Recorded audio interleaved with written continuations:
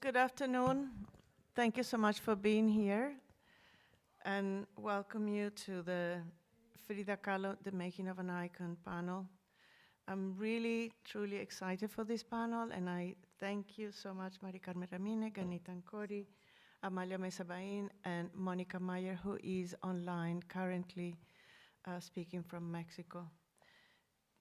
This is a presidential table that introduces many different ideas that are sort of feeding into this project that Mari Carmen Ramírez has been curating for the MFA Houston, which opens in January, which is very important. All of you know how Frida Kahlo in everybody, and I don't think there is a person that does not know Frida Kahlo, and all of us have different perception. Over the last year, because I collaborated with Mari Carmen on an essay on feminism, every time someone asked me, why did I work on this? And then I said Frida Kahlo, and half of the people sort of made weird gestures about it. And then it was followed by a long line of stereotypes and things. So I really feel that this is going to be a very important exhibition that we need to happen, because Frida Kahlo is truly an extraordinary and important artist. I want to introduce very briefly the speakers today. The first person to speak is Mari Carmen Ramírez.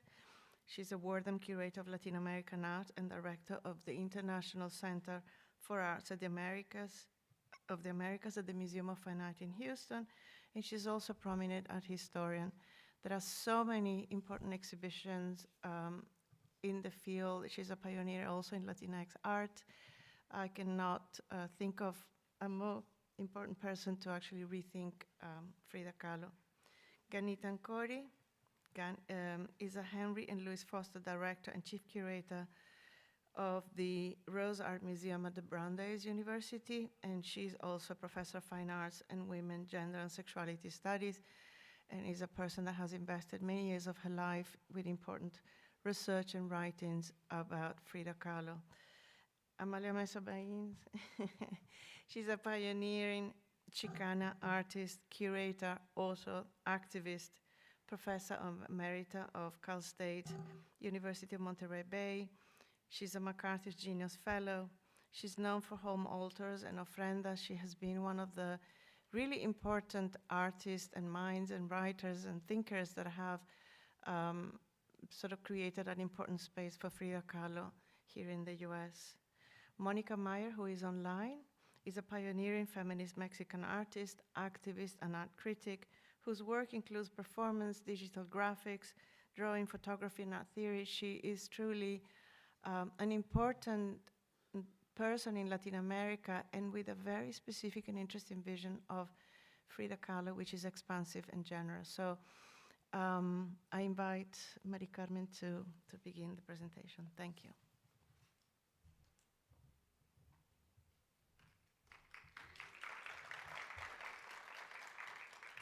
Thank you, Cecilia. It's a great pleasure to be here with you today, and Amalia and Monica and Ganit.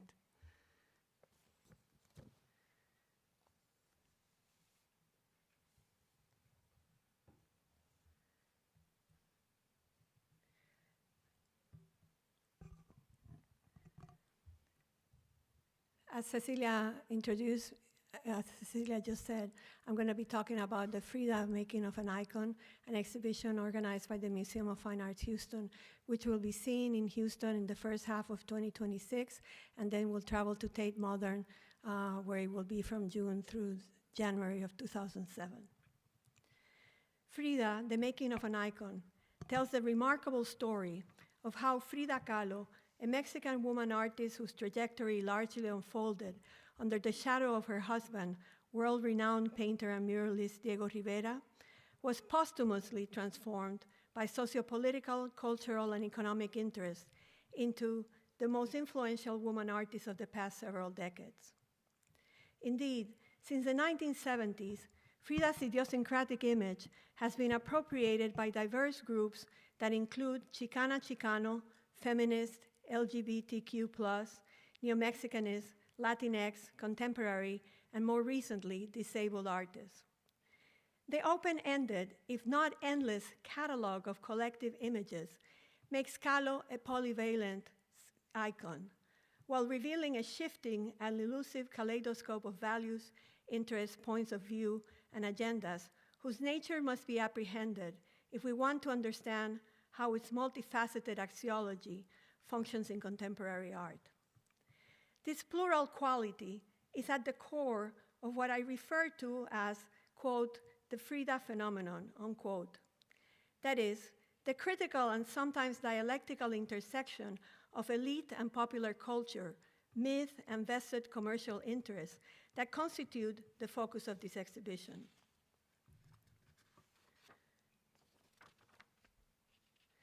Both in its boundless scale and its blurring of distinctions between high and low culture, the Frida phenomenon has no parallels in past or recent history. In this case, the process is not limited to Kahlo's art making, but extends to all aspects of her social image, innermost persona, as well as her attire. Through her self-portraits and the innumerable portraits of Frida by other artists, she not only emotionally connects with her audiences, but also stimulates a desire in them to mimic or embody her.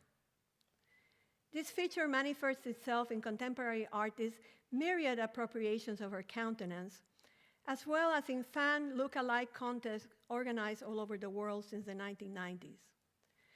Such an unprecedented situation suggests that, whether engaging in portrayal or reenactment, all these individuals want to both see and be Frida. British art historian Oriana Badley has dubbed this syndrome the politics of identification. To the extent that viewers perceive themselves mirrored in Kahlo's image, the artist can also be credited with introducing what Monica Meyer calls, quote, a template for a character that anyone can become, end of quote. Another outstanding trait of the Frida phenomenon is its ubiquitous and intertwined relationship with consumer culture. The availability of thousands of products with Frida's face in retail shops, markets, and online commercial platforms makes it possible for anyone to privately own an object with an image of the artist, turning her iconic value into an individualized experience. Indeed, the online retail platforms Amazon and Etsy carry over 100,000 objects with Frida's face. And those include between tote bags to sanitary napkins. The particular features of this phenomenon does derive from its intertwining of elements from high and low culture. That is, the amalgam of paintings and other visual artworks grounded in the framework of elite high modernism, with the lowbrow consumer society mechanisms through which her work has circulated and become accessible to broad audiences in Mexico and across the world. And I argue that both of these are inseparable. You really cannot distinguish one from the other. Other factors that contributed to this exceptional phenomenon include a unique physiognomy and an eccentric construction of identity manifested through numerous self-portraits, a challenging life story that strongly resonates with global multi-generational audiences who know her simply as Frida, and the blunt, visceral way she addressed topics like pain or suffering, pleasure and sexuality, physical and psychological drama, and their vivid impact on a woman's body. These are subjects that, while present in art, had rarely been engaged with such candor and honesty, features that cemented her status as forerunner of an artistic practice grounded in the feminist-promoted notion that the personal is political. Within this framework, Frida, the making of an icon, is by no means another retrospective of Kahlo's work, but rather a systematic and comprehensive investigation of the transformative impact of her legacy among key artists and movements of the last 5 decades. The result of a 4-year research project undertaken by the International Center for the Arts of the Americas at the Museum of Fine Arts, Houston, it presents new materials and perspectives on the artist and examines her impact across generations. Hence, in addition to key works by Kahlo, more than 80 artists with acknowledged ties to the artist will be represented in the show. Some of these artists were her contemporaries, while others had not yet been born at the time of her death. Yet, Each of them has an acknowledged relationship to Kahlo, whom they consider an interlocutor, a source of inspiration, or an essential reference for their work. In each case, however, the appropriation of facial and bodily features, iconographic motifs, or stylistic elements from Kahlo's art and persona are transformed into innovative proposals that transcend their source of inspiration to comment on pressing issues of their place and time. These issues include the defense of civil rights, freedom of self-expression, and the politics of the body, amongst others. To make sense of the artist's infinitely expanding web of influence, the selection is organized into 7 sections that are as much thematic as they are loosely chronological. These groupings address the reception and projection of Kahlo's work by these movements, as well as the ways in which the dynamic they generated helped shape her iconic status. Construction, Self-Construction, the starting point of the exhibition, introduces viewers to the way Kahlo used art to construct and project what Ganit Ankouri has referred to as her multifaceted, fractured self through paintings, drawings, photographs, as well as dresses and accessories representative of various periods and genres of her production. Not only did the artist reject a fixed notion of identity, but every element in her work and in the fashioning of her appearance was deliberately chosen to articulate and project a particular sense of self. The various selves she created include, among others, the avant-garde artist and intellectual, the liberated flapper, the self-taught painter, the mestiza, the political activist, the enamored and devoted wife, the bisexual woman, the transgressor, and the physically challenged artist. These complex personas can be credited with the enduring appeal she exerted over several generations of artists, an appeal that constitutes the foundation of her iconic status. Surreal Affinities explores Kahlo's contentious relationship to André Breton and the Surrealists. André Breton, in his first trip to Mexico, declared her a self-made surrealist. Kahlo not only thoroughly rejected this label, but was critical of what she considered Breton's and the Surrealists' bourgeois, patronizing, and over-intellectualizing posture. Nevertheless, her work revealed certain conceptual and formal affinities with the French movement that are highlighted in this section through thematic clusters focused on surrealist themes such as death, dreams, masks. Additionally, particular attention is given to her productive dialogues with women artists of this movement, such as Jacqueline Lamba and Katy Horna. Also included are the Mexicans Maria Izquierdo, Olga Costa, and Rosa Rolanda, with whom Kahlo shared a questioning of traditional gender roles and identity through idiosyncratic self-portraits and symbolic still lifes that she subversively referred to as naturalezas vivas, or living natures. Both genres function as entry points to critically explore spaces of femininity and domesticity, as well as women's subordinate status in male-dominated societies. On the other side of the border engages Kahlo's embrace by the Chicano movement. Indeed, despite the fact that she spent time in the United States with Diego Rivera in the early 30s, her work and image did not circulate broadly in this country until the late 1960s and early 70s, when El Movimiento turned her into a standard bearer for its own cultural and political causes. Fresh out of the civil rights movement, Chicanos incorporated Frida to their cultural reclamation project, which looked to Mexican history and culture as original sources of pride.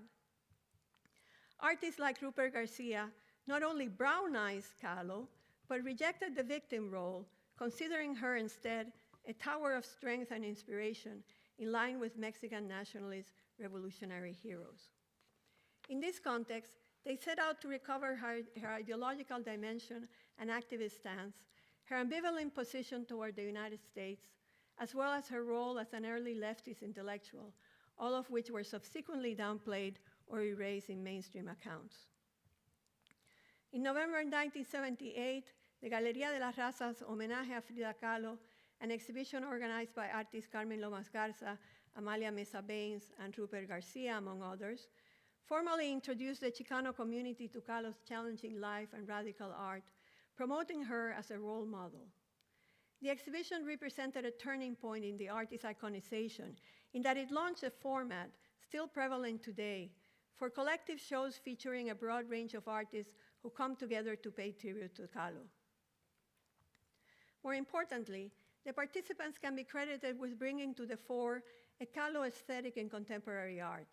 That is to say, a broad spectrum of iconographic strategies based on Frida's close-up face, her unibrow, and unique accessories that significantly contributed to expand the icon's reach and spheres of influence.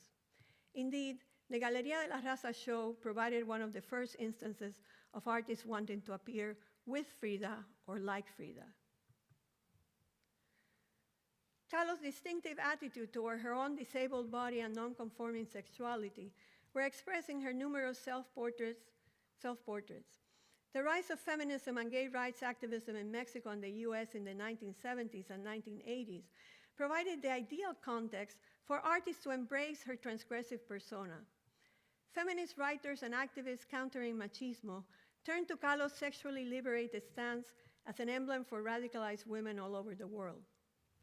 Gender Dialogues investigates Frida's link to feminist artists who assimilated aspects of her personal features and artistic production through the juxtaposition of works focused on such topics as miscarriage, with Kiki Smith and Delilah Montoya, sexual violence, Judy Chicago, Regina Jose Galindo, the body as nature, Ana Mendieta, feminist projections, Amalia Mesa Baines, Laura Aguilar, Catherine Opie, and the Guerrilla Girls, in turn, also found inspiration for their self-portraits, installations, and actions in Kahlo's oeuvre.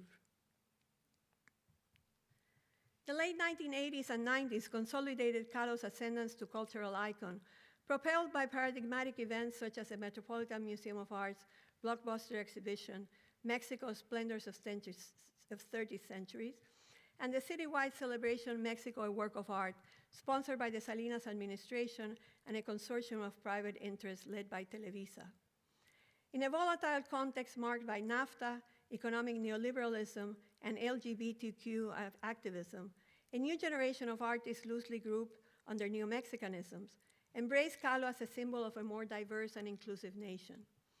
This section will display works by Julio Galán, Naum Senil, Rocío Maldonado, Georgina Quintana, Dulce María Núñez, among others. The production of these artists relied on a number of features associated with Kahlo's work: a critique of identity and nationalism, self-referentiality, a return to figuration, self-portraiture, indigenous myths, folk art, particularly ex-votos, as well as the almost complete reliance on oil painting. Frida, the Making of an Icon, also takes a close look at the sources and features of the extreme commodification of Kahlo's art and persona, a cultural phenomenon known as Fridamania that emerged in full force in the early 1990s and has continued unabated until today.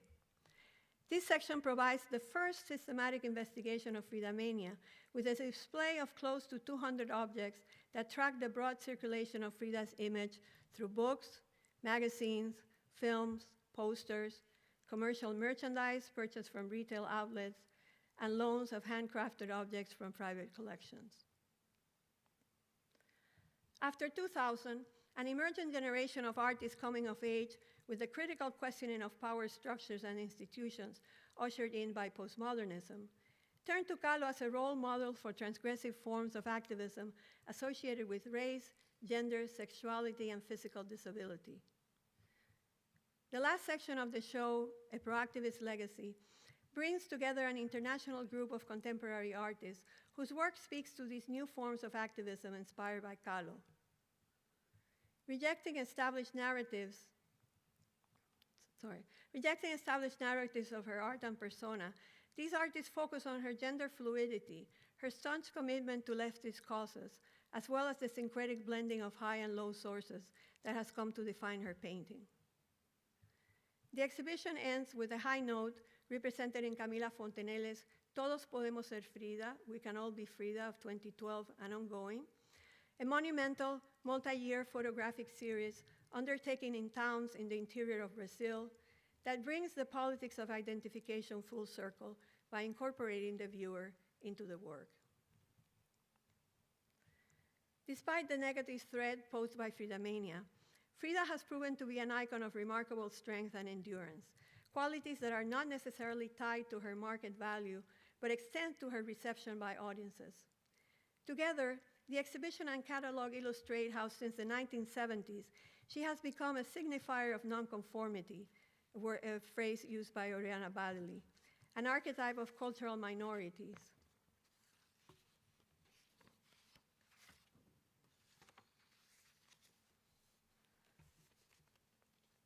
Anyway, I think I'm missing the last page of my, sorry. An archetype of cultural minorities. She thus straddles her own contradictions. She's a victim, crippled, and abused, as well as a survivor who fights back. Her struggles as a disabled woman, distraught lover, and striving artist echo those of millions of individuals around the world, making possible her transmutation into a symbol of resilience to gender biases, physical ailments, professional marginalization, and hardship. This archetypal quality allows her iconic image to cut across a broad spectrum of generations and constituencies who have kept her legacy alive. Thank you.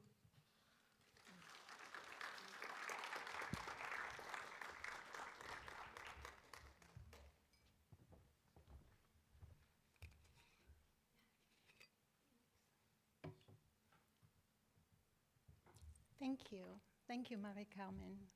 And thank you for inviting me. It's an honor to be here with these panelists, and thank you all for showing up. What more can be said about Frida Kahlo? Well, you saw that quite a lot. I was invited to talk here and for 8 to 10 minutes, mostly about research that I have conducted over the last 3 decades. I know that dates me, which is not good. Frida lied about her age, and I do too. So, someplace on a JetBlue plane flying between Boston and San Francisco is my text. I will then just talk to you. So we're going to go back to Frida Kahlo. Very, very exciting that art begets art, and that Frida Kahlo in 2025 can inspire so many artists that will be included in the Houston show that is traveling to London. I want to start with a quote by Mikebal from 2013. What she said was, "If we know Frida's face so well, it is because the artist chose to show it to us."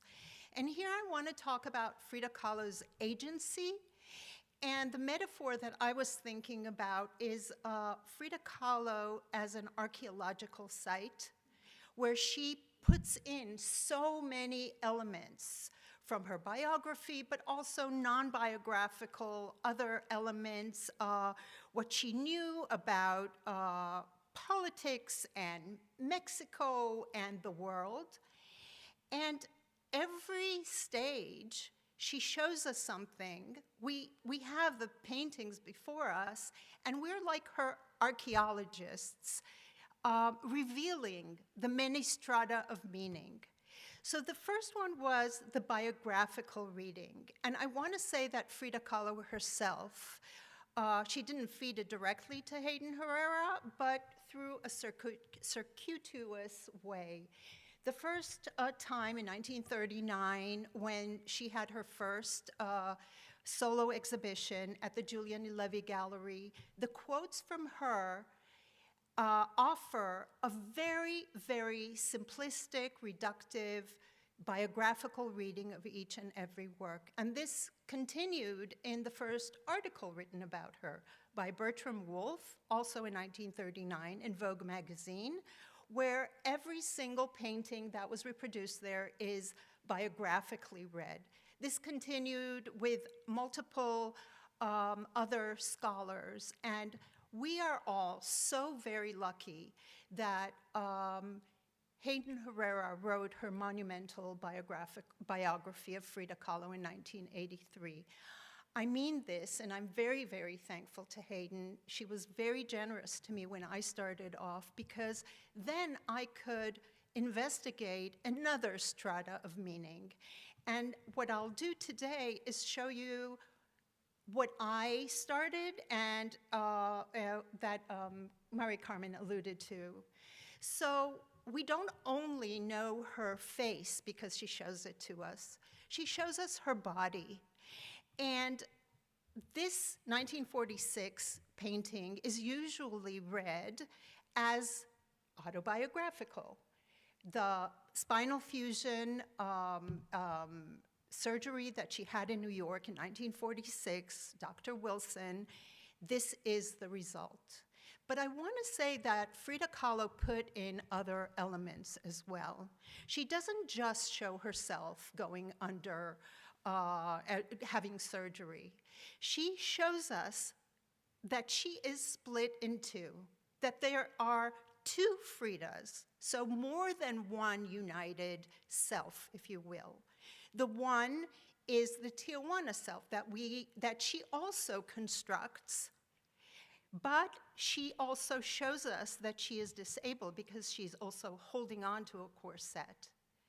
The other one that we see here is the vulnerable, crippled, or disabled Frida Kahlo that she shows us here. So you could say that's biographical, that's a biographical reading.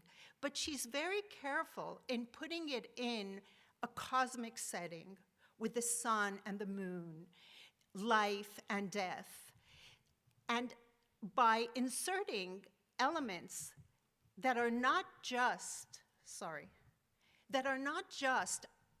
autobiographical, but are also taken from other sources, she shows us that that her identity is not a monolithic given, that it is fragmented, that she's multiple selves simultaneously. And if this didn't convince you, later in these drawings, she actually shows us that on the left, she performs her identities.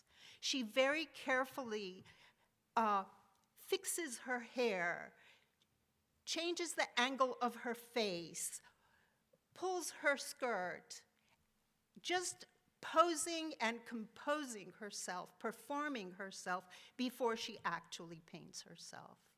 And the figure on the right, which was found in 2004, and I was introduced to it by my colleague and friend Circe Nestosa, Appearances Can Be Deceiving. She also lets us know that she doesn't just perform and pose, she also conceals and reveals. And if we know something, we know it because she chooses to show us. So we see that she shows us that the whole kind of outline of the Tehuana costume that she meant to camouflage or to hide her disabilities in the first place is just that, camouflage or a mask, and that underneath she actually exposes her withered leg, her reproductive system that was wounded. I'm not going to go back into the accident and what happened, and the broken spinal column. So she tells us something that maybe people weren't ready to hear in the 1980s, but they're definitely ready to hear it now. And that's part of why the exhibition is so timely. But I want to say something else that I kind of discovered by looking at Frida Kahlo, is that she investigated and kind of interrogated her identity long before she was an artist. I love these two photographs. I've lived with them for a long, long time. They're both taken by her father, and they're both from February 7th, 1926. So the very same day, 19-year-old Kahlo, just 6 months or 5 months after her accident, before she was a painter, before she knew Diego Rivera, before, she already thought about how to perform her identities, how fashion can shape herselves, plural. And she both hides and displays her disabilities. On the left, this beautiful young woman, very cultured with the books in her lap, hides the withered leg from polio and the accident behind the healthy leg. But on the left, the very traditional family photograph, she shows herself as untraditional. She wears a man's three-piece suit, so long before gender fluidity and gender bending and the word gender was in use. She was exploring that, and maybe people weren't ready to completely delve into it or didn't have the language. But she's also sporting a cane, and she needed the cane in order to walk, but she also hides it, and it looks like an accessory. The main part of her creating or composing and performing her identity happened here in San Francisco. What is that? 3 minutes? Okay. So in San Francisco, she started creating the Tehuana persona, and that's the first time she also shows it in painting. But she camouflages her identity as the painter by showing herself as the painter's doting wife, and he has the palette and the things, and she also pretends to be naive and a self-taught artist, although she did see it. She did use very, very sophisticated and erudite models for her art. I want to show that the year later is when she became the Frida Kahlo we know, the transgressive artist. And she actually takes the palette into her own hand and starts showing herself not as the doting wife, but as this taboo-breaking artist. The drawing and the painting of Henry Ford Hospital is not just, as Mari Carmen correctly said, probably the first image, artwork of a miscarriage that we've ever had. And there aren't many that followed yet. But she also, through these art historical reversals, she shows something else that's more than biography, that becomes almost ontology. She shows herself as not the reclining nude, but something that's twisted and bleeding and with pubic hair, and not as a nativity scene, but as an anti-nativity scene. And then she adds, and this is how she moves from the drawing to the painting, she adds the disheveled hair and the tears, and she becomes La Llorona. The iconic figure that is detrimental to patriarchal normative role models. And La Llorona was also her favorite song, and she continues to do this. She adapts, this isn't just a mask. This is the mask of La Malinche, and she shows herself over and over again as La Malinche, again, a marginalized, maligned figure of Mexican history and folklore that she redoes. So she cannot be the wife and mother. She shows herself as La Llorona and La Malinche. And in that, she starts interrogating what these figures might mean. The same time, in the 40s, from 1940 through 1946, she also shows herself as a crowned nun. And here I'm basing myself off the research of Emmanuel Pernut. She shows herself as divided between sensuousness and asceticism within the same painting. And parallel to this, she shows herself as the lascivious, sexual Llorona and the sexual Malinche. But she also shows herself as a Christ figure. I will just talk about this, the broken column, where she shows herself not just as Christ, but also morphed into, hybridized into Saint Sebastian. But she also shows herself as cut open like the chingada, and she also shows her disability. And all this she does through this remarkable way of employing multiple modes of creativity. She paints her corset inside her paintings, exposing her disability in brand new ways, but she also takes the actual corset and paints upon it, making this apparatus, this medical apparatus, into a work of art. And she also shows herself with the disheveled hair and the tears, like La Llorona. So within single images, she shows her multiple selves, with the gender bending the androgynous self over and over. Now, I have to finish, but I'll take from this the idea of her showing herself not as a man or as a woman, but saying, the part I like best about me is my mustache and facial hair and elements from the opposite sex. She shows herself as both man and woman. This is before the pronoun they became prominent, but she was queering her self-portraits. And I know for my students, that means a lot, that they have Frida Kahlo, who was showing herself, performing her identity as queer. And through it all, it's, should I finish? Okay, I'm gonna finish now. This is this kind of form of hybridity, not, you know, there's an executive order that says that gender, they're just two binary genders. Frida Kahlo would not agree.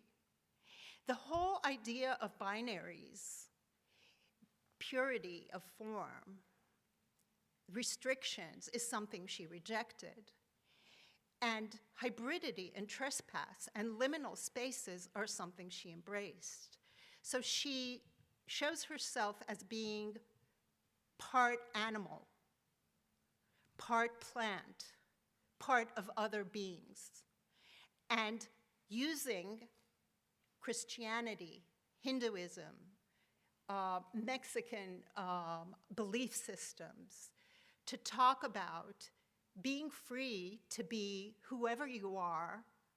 And, you know, her treatise on identity and selfhood was not formulated in words, but rather through incredible artworks visually, where she tells us that it's not a stable or one thing, but a shifting, changing element. And I am moving all the way to my last slide. A quote from Alejandro Gomez Arias, her boyfriend, who was with her at the accident and who I had the privilege of meeting, where he says, "Who was Frida Kahlo? It is not possible to find an exact answer. So contradictory and multiple was the personality of this woman that it may be said that many Fridas existed. Perhaps none of them was the one she wanted to be. But I say the multiplicity of icons is based on the fact that we, her archaeologists, are ready to uncover the legacy part and see that she already, in her art, showed us that she contains multitudes." Thank you.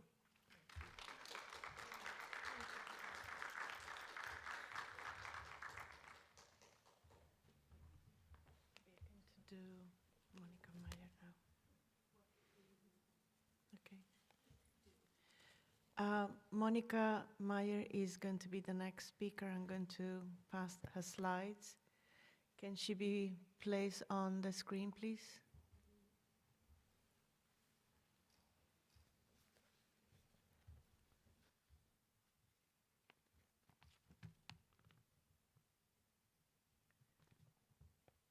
¿Vamos?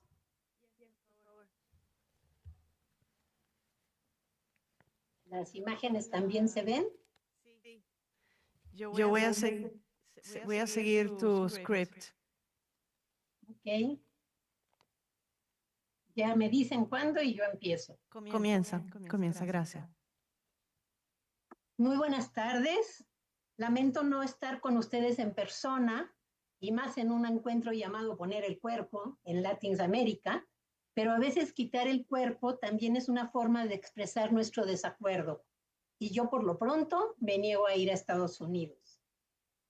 Empecemos. Siempre he creído que cuando una obra de arte funciona, Perdón. ¿qué pasó? Ahí estamos bien. Pero hay que verla a ella y las imágenes. Prefiero que se vean las imágenes, ¿eh? Sí, claro.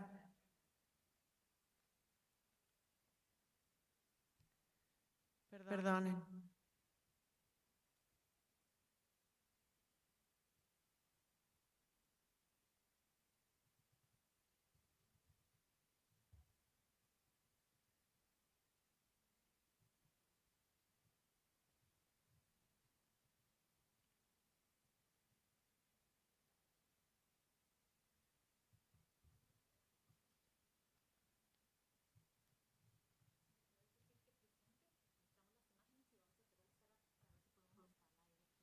El problema es que he existido todo el día, pero solo hay que quitar el full screen.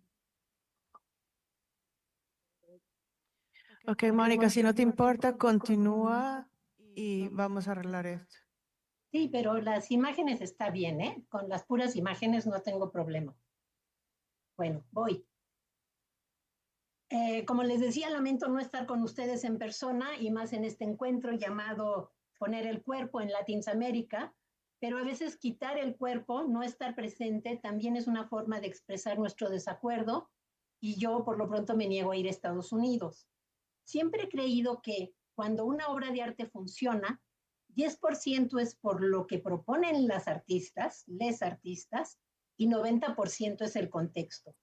Lo mismo pasa con su reconocimiento. 10% del estatus de ícono que ha logrado Frida Kahlo se debe a sus aportaciones y el resto a los múltiples contextos culturales, políticos, sociales que ha penetrado. Y los contextos cambian, como las olas del mar van y vienen. En este sentido, pienso que Frida ha sido una extraordinaria surfeadora cultural. Ante todo, soy fan de Frida. La conocí de niña porque mi mamá me platicó de su obra y me llevó muchas veces a la Casa Azul. No, la anterior todavía.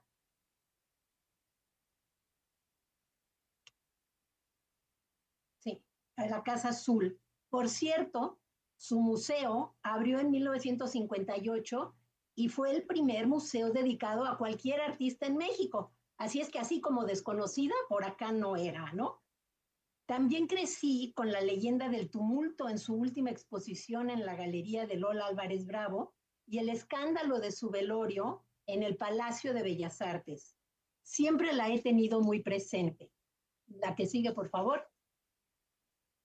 Después supe de que cuando doña Lola organizó esa muestra, los coleccionistas no le querían prestar sus obras por no desprenderse de ellas.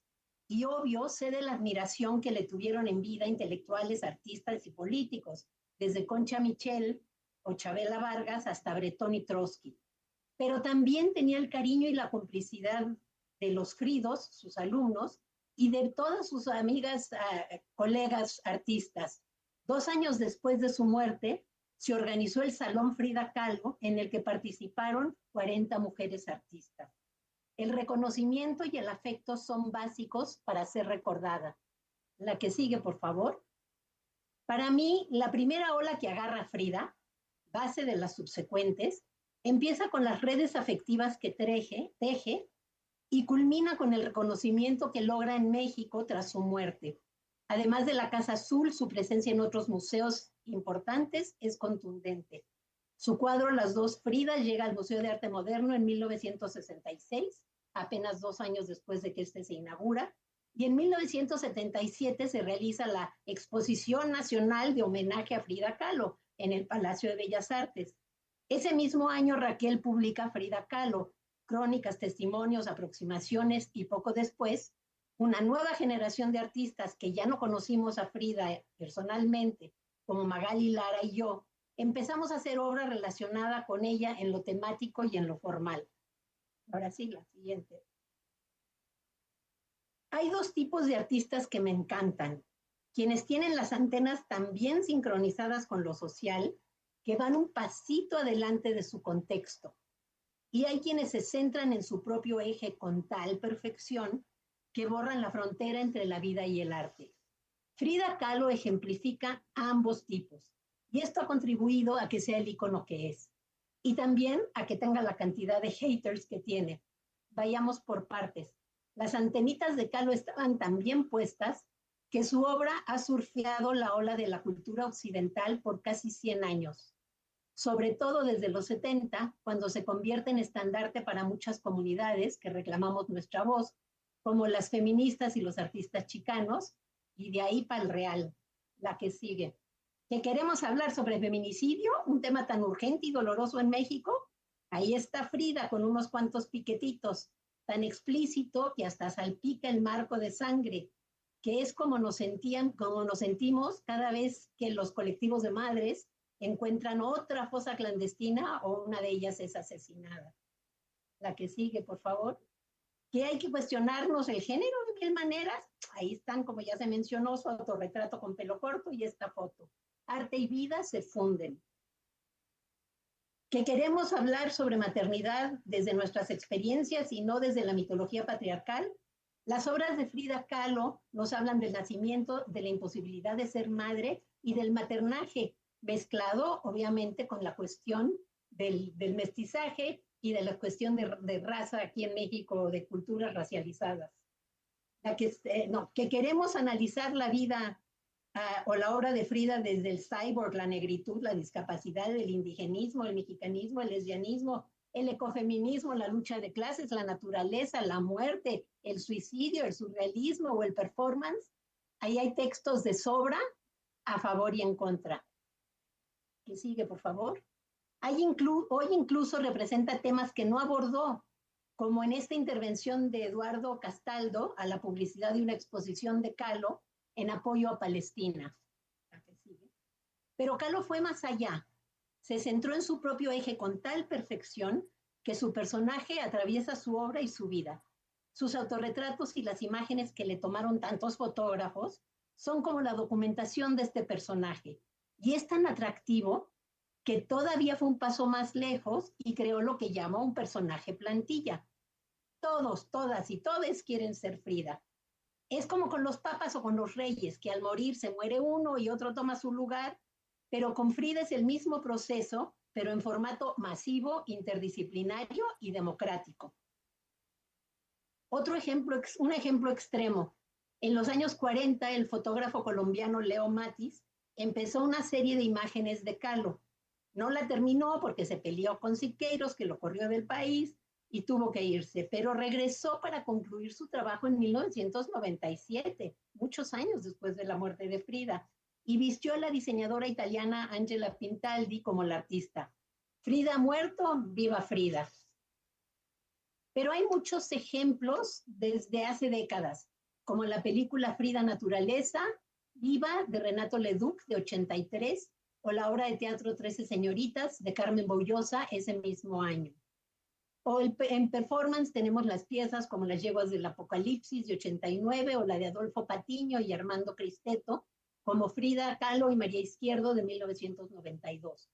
Como digo, cada quien desde su rama del arte y la cultura popular, todos, todas y todos quieren ser Frida.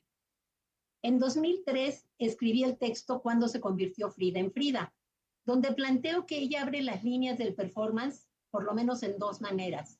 Para quienes encarnan su personaje, como los anteriores, o sea, el personaje de Frida, y para quienes crean el propio, como Orlán. Germaine Greer escribió sobre la influencia de Kahlo en Orlán. Al retratarse ambas en la sala de operaciones, y plantea que las dos hacen lo mismo, solo que con diferente tecnología. En ese grupo yo incluiría a Marcos Curtix, que en su performance Serpiente desollada en el Museo del Chopo en 1992 muestra un video de una operación en la que le separan a él la piel del rostro, y es parte de su performance. Por su parte, Elizabeth Romero realiza el performance Ciguayo, donde se acuesta desnuda sobre una cama en una posición que recuerda a mi nacimiento de Kahlo, con la vulva en primer plano, atravesada por espinas de maguey. También creó su alter ego, la doctora, ampliamente documentado por tantos fotógrafos que se tuvieron que realizar 4 exposiciones de la exposición encantadora que reunía toda esta documentación. Elizabeth compartía otra cosa con Kahlo, el cariño de quienes la admiraban y que la querían mucho, a ella y a su personaje. La tercera ola. Termino con una inquietud. En el contexto megamaga, tan anti todo lo que no es masculino y blanco, ¿Frida va a salir bien librada? ¿Seguirá siendo bien recibida en este neighborhood hegemónico al que logró cruzarse? En ese sentido, sería interesante ver qué pasa con la exposición Frida, The Making of an Icon, curada por Mari Carmen, porque la reverberación de las exposiciones también depende del contexto. Por ejemplo, en 2017, cuando se inauguró Radical Women Latin American Art 1960-85, la gran muestra curada por Cecilia Fajardo Gil y Andrea Yunta, sentí que la oposición a Trump favoreció su recepción y a las artistas latinoamericanas nos abrió las puertas a públicos a los que normalmente les valemos cacahuate. Creo que esta muestra sobre Frida será una prueba de fuego para ver si su influencia realmente caló. ¿Cómo se portará la cultura estadounidense después de lanzar a Frida al estrellato internacional en los 80? Porque su estrellato nacional ya lo tenía, ¿eh? ¿Ahora la deportarán de retache a Mexicalpan de las Tunas? ¿O será, como esperamos, una exposición trascendente que impulse a Frida a esta nueva ola que enfrenta? Gracias.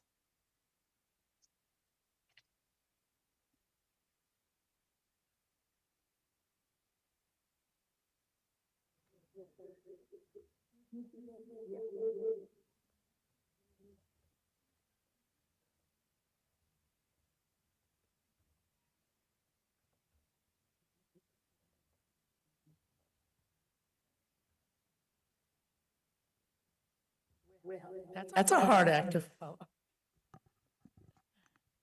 As you can see, we've had a widespread of interpretations and understandings of Frida, and she truly is, as Canetta said, a sort of multiplicity of people for all of us.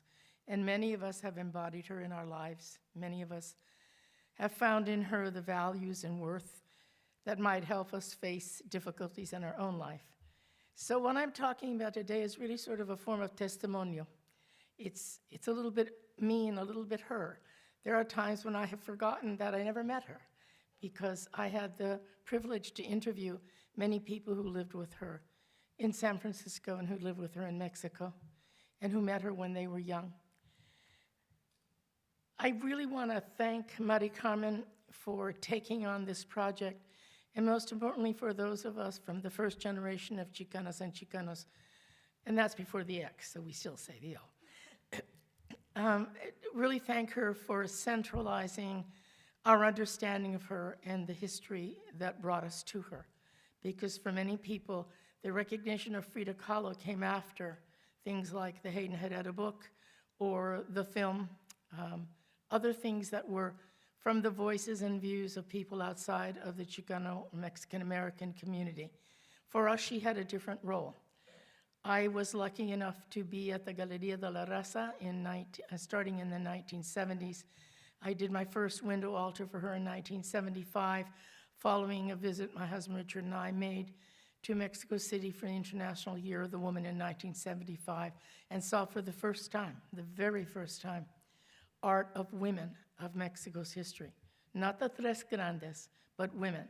And in that, seeing Frida going to the Blue House, before it was a phenomena, before there were travel buses bringing people before there was a cafe, before there was a shop. And you could walk around and no one stopped you from doing anything. And you saw her things, you saw her bed.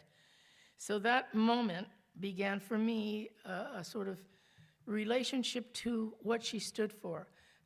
And in some ways, not unlike people of my generation, the Mexicanidad movement was a kind of a model or inspiration for the Chicano movement. We were facing rampant discrimination, not unlike now, but we thought at that time that over years that it might end. And so with her and with people of her generation who began the first process of cultural reclamation in Mexico of their indigenous history, we did the same for ourselves in the United States. And in San Francisco, because they had visited there and she had lived there, we were able to talk to people like Emmylou Packard, who was a student of Rivera's and helped on the murals, and who lived with them in Mexico City after the second marriage. We were able to talk to Ella Wolf, Bertrand Wolf's wife, who wrote the biography on Diego Rivera. We were able to talk to Pili Dilap, who was a communist who ran the People's World and was part of a drawing group that Frida belonged to.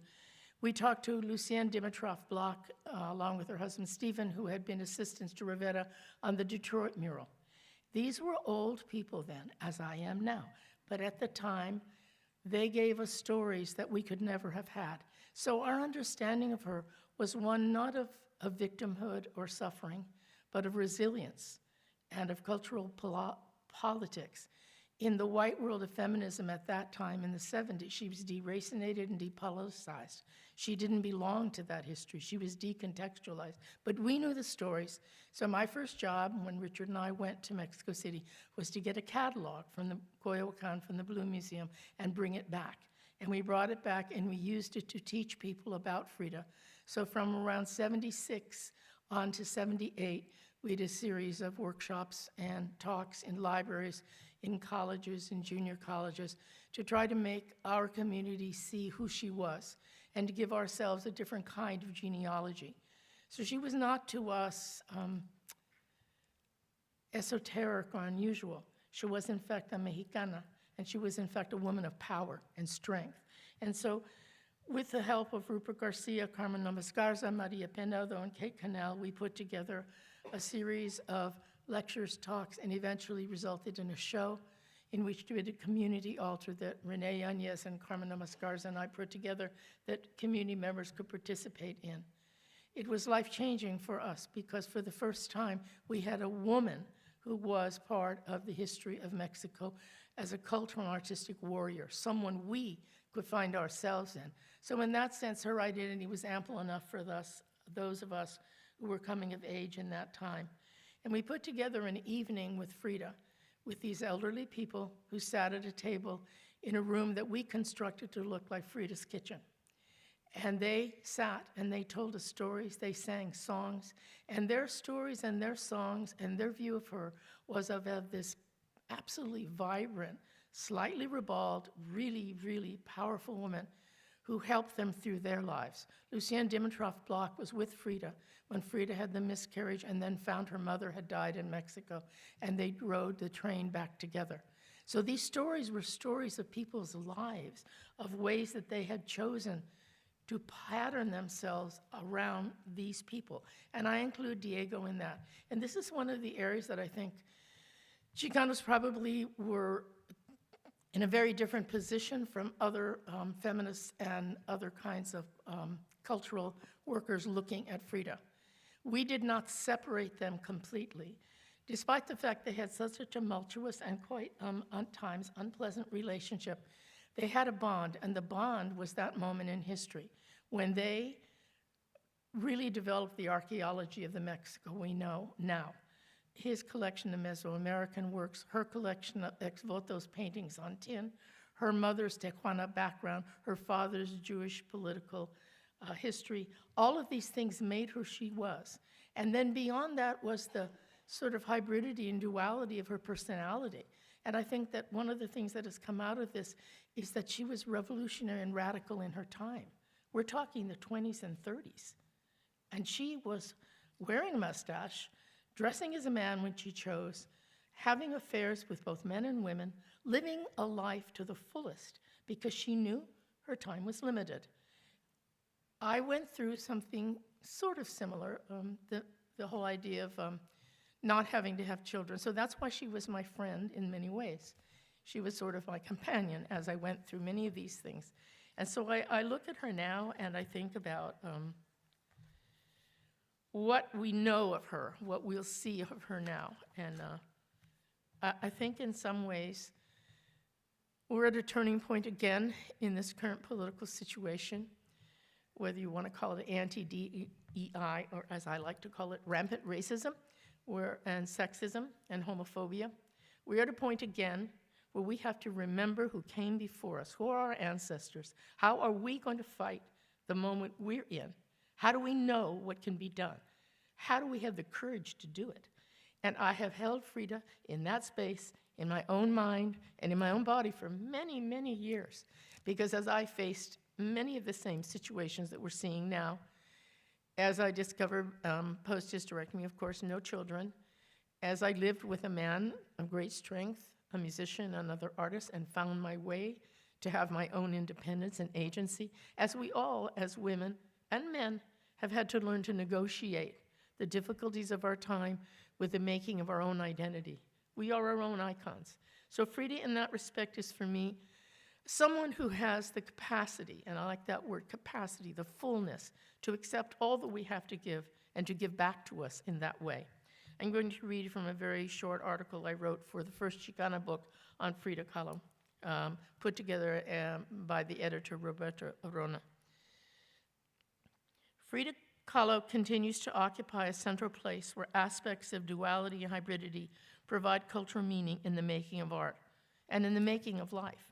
Her ongoing imagery often locates itself between life and death in a spiritual muertos that recognizes traditional forms through innovation. She has come to provide for Latina and Chicano women a familiarity and a genealogy in her emphasis on domestic and private life that is at the same time a feminist struggle for resiliency. We have chosen to embrace her and our ancestral genealogy through a community memory that has functioned for us as a political strategy. Frida's importance rests not just with her art, but also with her search to balance her life. She's struggling against the limitations of physical health, and she depicted the feminine biology of motherhood, birth, and loss. She painted the sorrow and torment of her love battles with Rivera, yet she remained in her private life a beacon of strength and alegría for those around her. Surely these qualities are valuable to women and men everywhere, but most especially to the contemporary Latina and Chicana, and the legacy of Frida Kahlo is the triumph over boundaries, the mending of the soul, a gift of passion, love, and friendship. Thank you.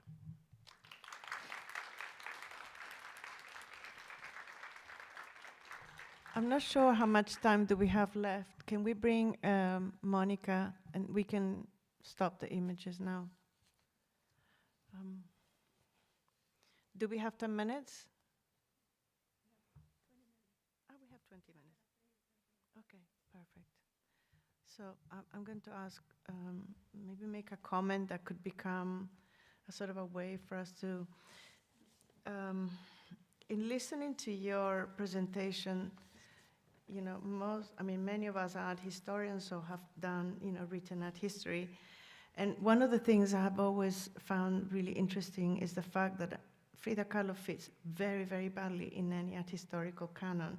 She rebelled against the idea of being connected to Surrealism, and also, she fits in a strange way with the history of white feminism and so forth. So, and I feel that some of it has to do with the fact that some of the elements that have been erased, that Mari Carmen also mentioned, and Amalia especially, that, Frida Kahlo was a committed communist. She was embedded in Mexican politics. She was an anti-capitalist, anti-imperialist.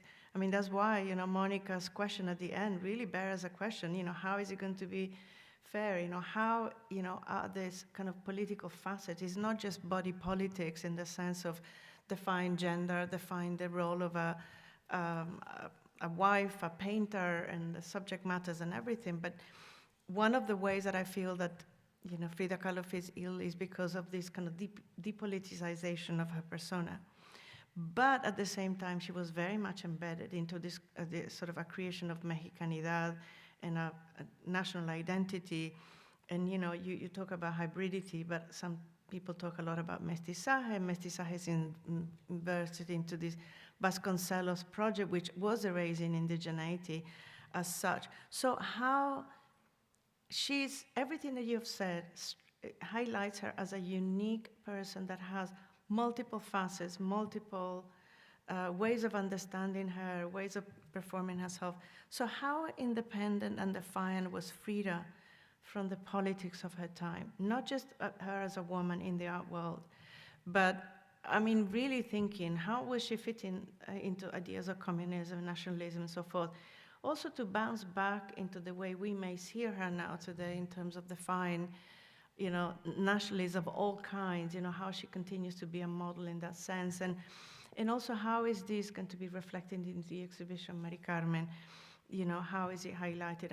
In the catalog, I'm sure this is going to be discussed, but how, is it possible to do it in the same way that all these different facets are shown, Frida's, gender, identity politics? I don't know, anybody can take it.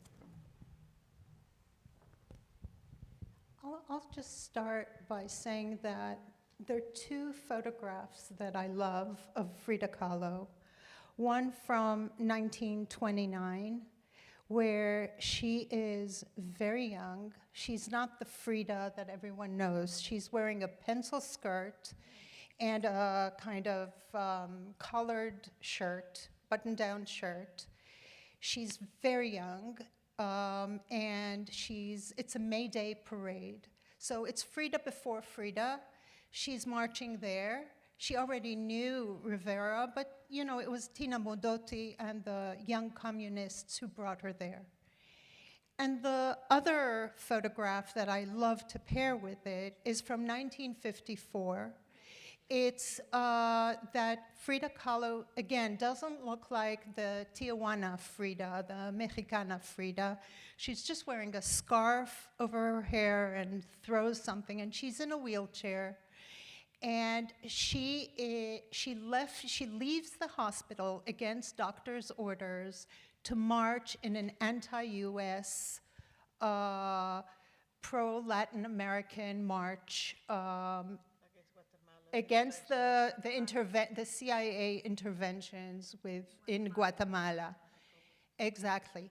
So Frida before Frida and Frida after Frida, not the icon Frida, but the activist Frida. Those are really important to me because through my research, I found many non-art elements. For example, she was very active in bringing refugees from war-torn Europe to Mexico. She was very active in bringing, being against Franco in Spain. She was trying to find jobs for people. She was a communist through and through, even more than Rivera. She left. More than Rivera. Yeah. So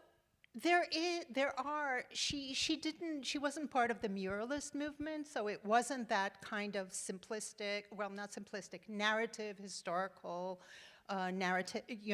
painting, murals.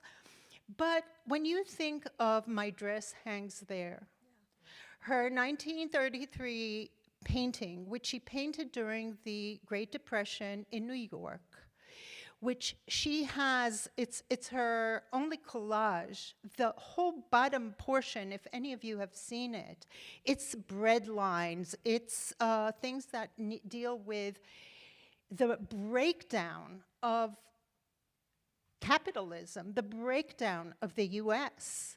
She is there, but she's not there. It's just her Mexican costume because she's a reluctant witness to the depraved aspects of US capitalism, etc. So she was very political, but I want to also say, you guys know better than I do. When were women given the vote in Mexico? 1954, the year she was born. So she was 54, the year she died. Sorry, that's what I meant to say.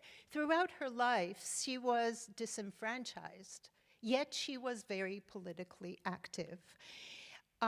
This wasn't without conflicts, because who were the people who commissioned Diego Rivera to paint the big murals? And she was critical of them. She was critical of Ford. She was critical of Rockefeller. Why don't you continue? No, I was going to say that that's one of the things when they divorced and then they remarried. One of the agreements, besides that they wouldn't have intimate relations, was that her money would be her own, because she didn't want his money, because she knew where his money came from. So he was sort of like a Hollywood communist. And she, although I think there's contentions about even her own confusion, because the last painting we see on the easel is Stalin, and by that time, and then there's the Trotsky issue. So there were confusions about, in some sense, what it meant to be a communist then. But she surely had very strong political views her whole life long. Yeah. I mean, when you look at the birth of, the birth of Moses, which is based on Freud's Moses and monotheism, and you see the series of leaders that she depicts in that extraordinary, tiny little painting. And it really is something. She had a broad intellectual, deep intellectual understanding of the history of the world. Not just Mexico, not just Europe and fascism and World War II. She was an extraordinary intellectual, which I think, unfortunately, she took great pains to hide. So a lot of the disguises that we talk about, that revealing, we didn't understand enough at the time until much later.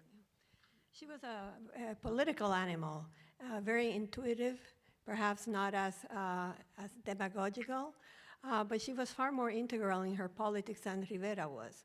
And she maintained an autonomy from the official world of muralism and the state, etc., which is what made her so appealing to the post-1968 generations, particularly the Neo-Mexicanists and the LGBTQIA and the feminists, because she did not have the kind of attachments, the official attachments that they had. She was introduced to socialism and communism by her former boyfriend, Alejandro Gomez Arias, and at the preparatoria school very early in the 20s. She joined the Mexican Communist Youth Movement.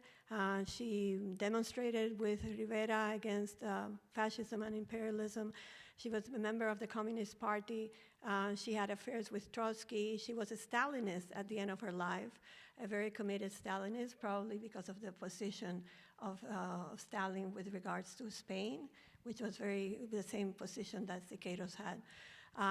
So she was really very much of a political animal, and that's something that both the feminists and the other movements, as well as the commodification of her, have taken away from her. I think the only ones that have upheld that were the Chicano and Chicanos, who really saw that political dimension in her.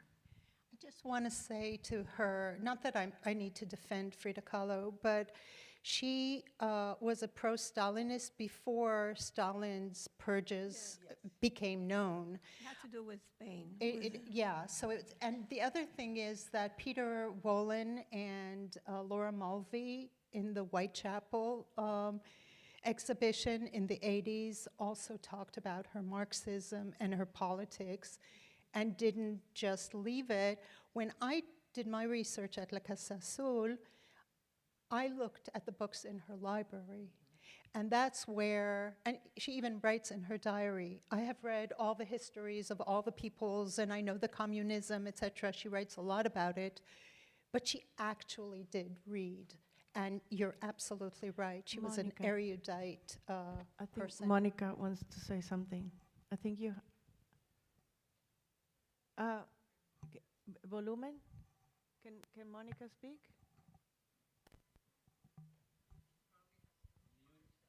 Are you muted, Monica?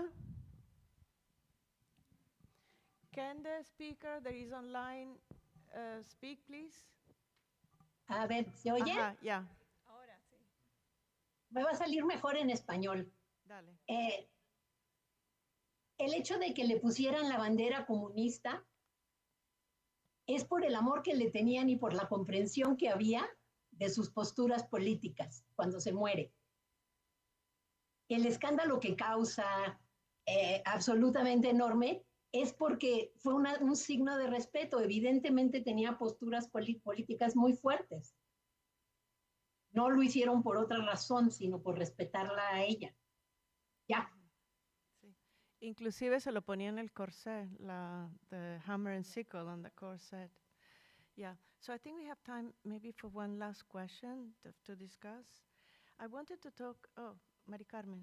No, I wanted to say that you raised the issue of Mexicanidad and her political convictions, and I don't think there was a contradiction at the time.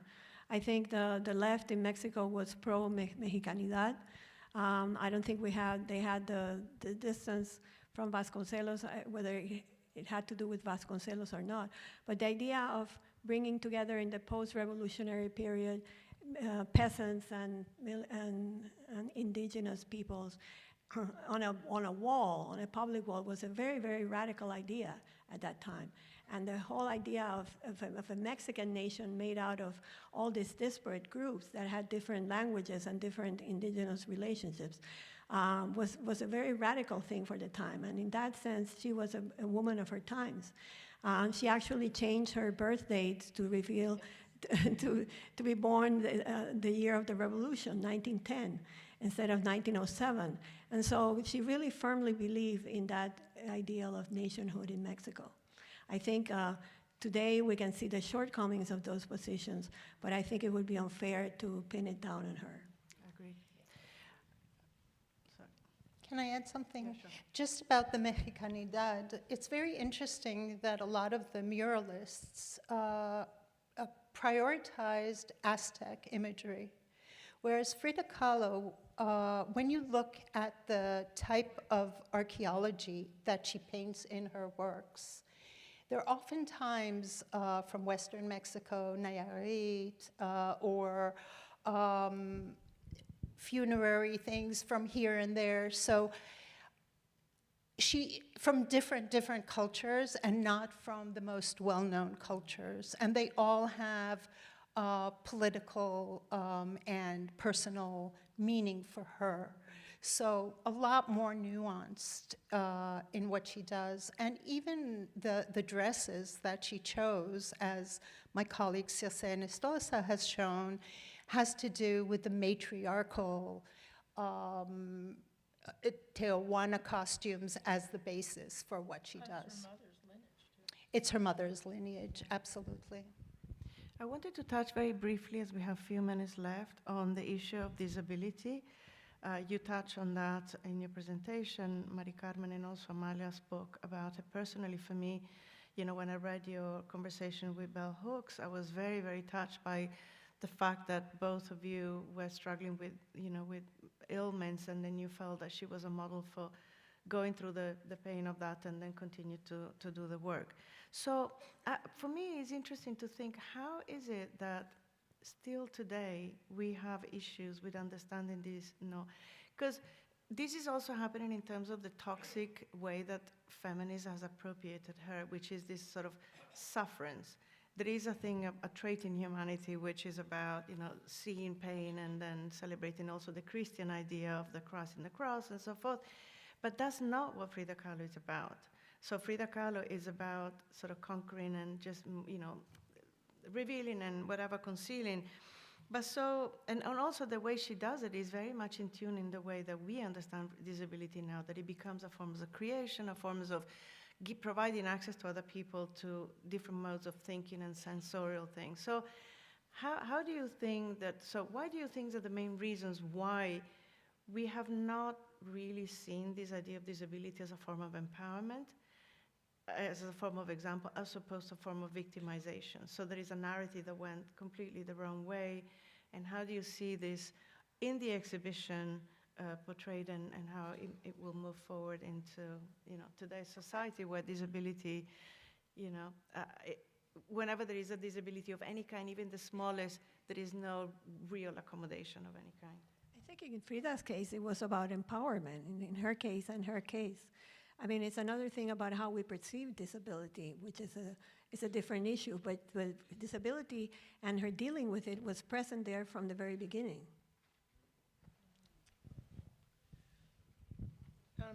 One of the things that, that we learned about from the people that lived with her, and they were some of the most transforming of the memories they shared, had to do with her daily life. And, you know, she lived in the house that she was literally born in, and the people taking care of her were the people that had taken care of her from her childhood. Some of them were so old they were with her when she died. They thought of her still as a child because they'd loved her. And one of the things that came out was this concept of resiliency. It's not as though people around her did not know what she was going through. It was very obvious. She had over 30-something surgeries. She walked with a limp. She wore a shoe that was like a lift so that she could have more balance. But what they talked about were these morning rituals that she would get up early and they would get the flowers from the garden, and she oversaw putting together all of the flower arrangements. She oversaw all of the meals. She wanted certain things. Some she cooked, many they did. And there was the songs and the music. And everything was to give life. And I think about those last paintings, you know, the Vida paintings, whether they're fruit or, and by then, of course, she's, you know, quite ill, quite drugged, and she's lost some of the technique of her painting. You can really see it. But what shines through all of it is the love of life. And that when she finally had to leave and gave up, and I think she gave up, and there's many, you know, conflicts about whether she took her own life, whether it was a part of the medical, you know, assistance, whatever. But she loved life, and she tried to hold on as long as she could. And everyone that we ever interviewed, and I talked even to people in Mexico, was always the story of the vivacity of her sexual humor, her ridicule of people, her, you know, she was funny when she was mean. She was just very, very powerful with a source of life and resiliency and regeneration that astounded people. I've been through 14 surgeries, 4 on this arm alone. I barely can get through a day. She had over 35. I don't understand how she did it. Over and over again, she came back again, and she never stopped working. And that last image that you talked about, when after the Jacobo assassination and she is in the wheelchair, is my favorite image of her, because I think it shows that this person that we've projected so much onto struggled every day from probably childhood, because she had polio, through the years after the surgeries, the years of the attempts at pregnancy and miscarriages, the years of battles and loss of love and grief. She battled through all of that to live. So I think that whether it's a disability that you're born with or one that comes to you in life, the other side of the suffering, and there is plenty of that, is a desire to live and the desire to confront it and the energy that it takes to just try to be well every day. And she, I think, is really a model for that. Is there, okay, so I think there are 2 questions here that you asked, Cecilia. One is about Frida Kahlo and disability, and I think Amalia spoke beautifully to that.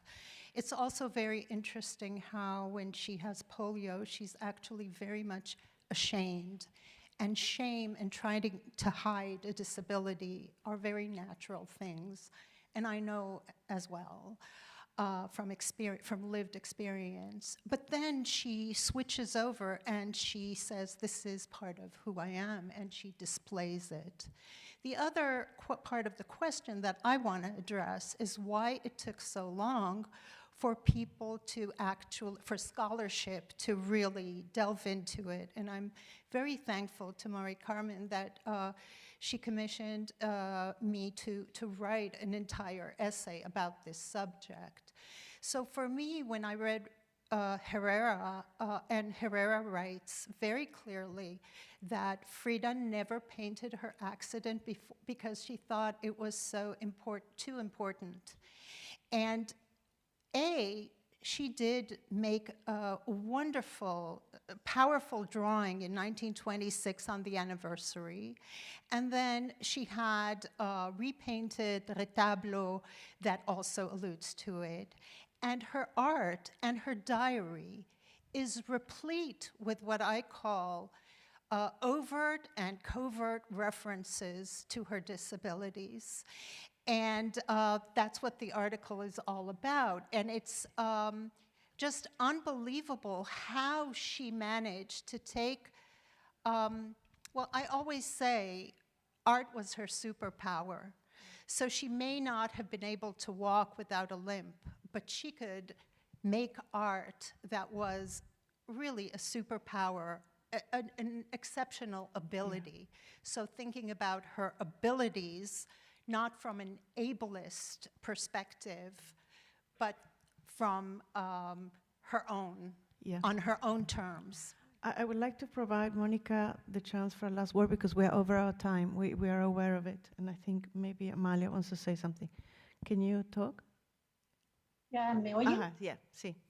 Muy brevemente, yo creo que sí, seguramente es un feminismo blanco el que promueve esa visión de Frida, porque hay prejuicio hacia lo que sucede de estos lados y la mujer mexicana se tiene que ver como sufrida, como incapaz, como no fuerte. Yo no puedo entender que haya quien piense en Santa Frida la sufrida, como digo yo, como la ponen, de una mujer que tiene el sentido del humor negro, que tiene la fuerza, que tiene la vitalidad, que tiene esa enjundia para salir adelante. Creo que en ese sentido con los artistas chicanos estamos muy de acuerdo con Amalia, lo que dices, de que su trabajo muestra una fuerza impresionante y habría que cuestionar qué feminismo es el que plantea estas ideas. Digo, he oído que incluso unos cuantos piquetitos lo hizo porque estaba muy enojada y muy dolida porque Diego se había acostado con su hermana.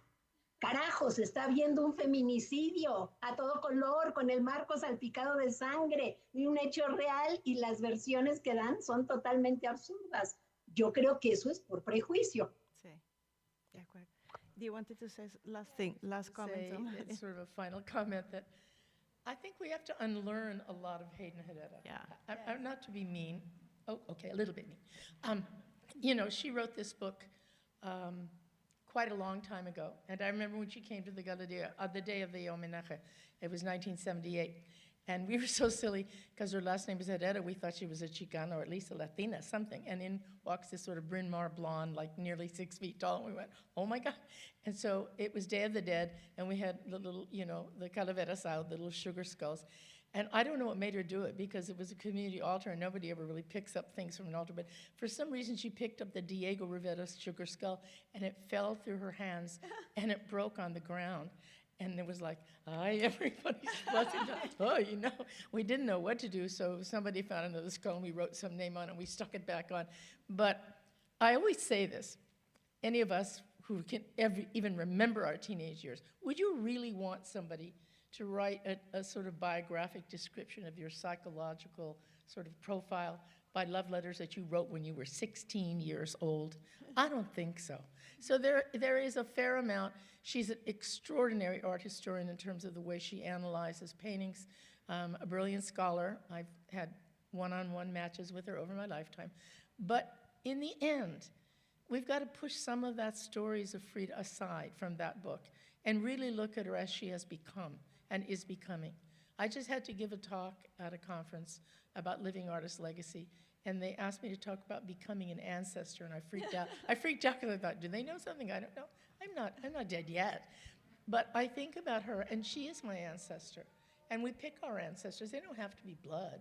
They just have to be somebody that embodies, represents the values and the strength you need to get through this life. So I say, viva Frida. Yeah, viva Frida. Thank you so much for those of you who were with us from the very beginning that came to this presentation. There is so much that could be said, that I have so many questions also about Frida's sexuality and disability.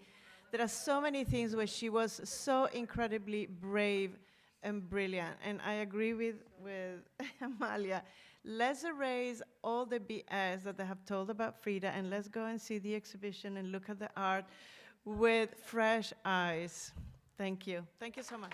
Thank you, Mari Carmen, Amalia, Ganit, Monica.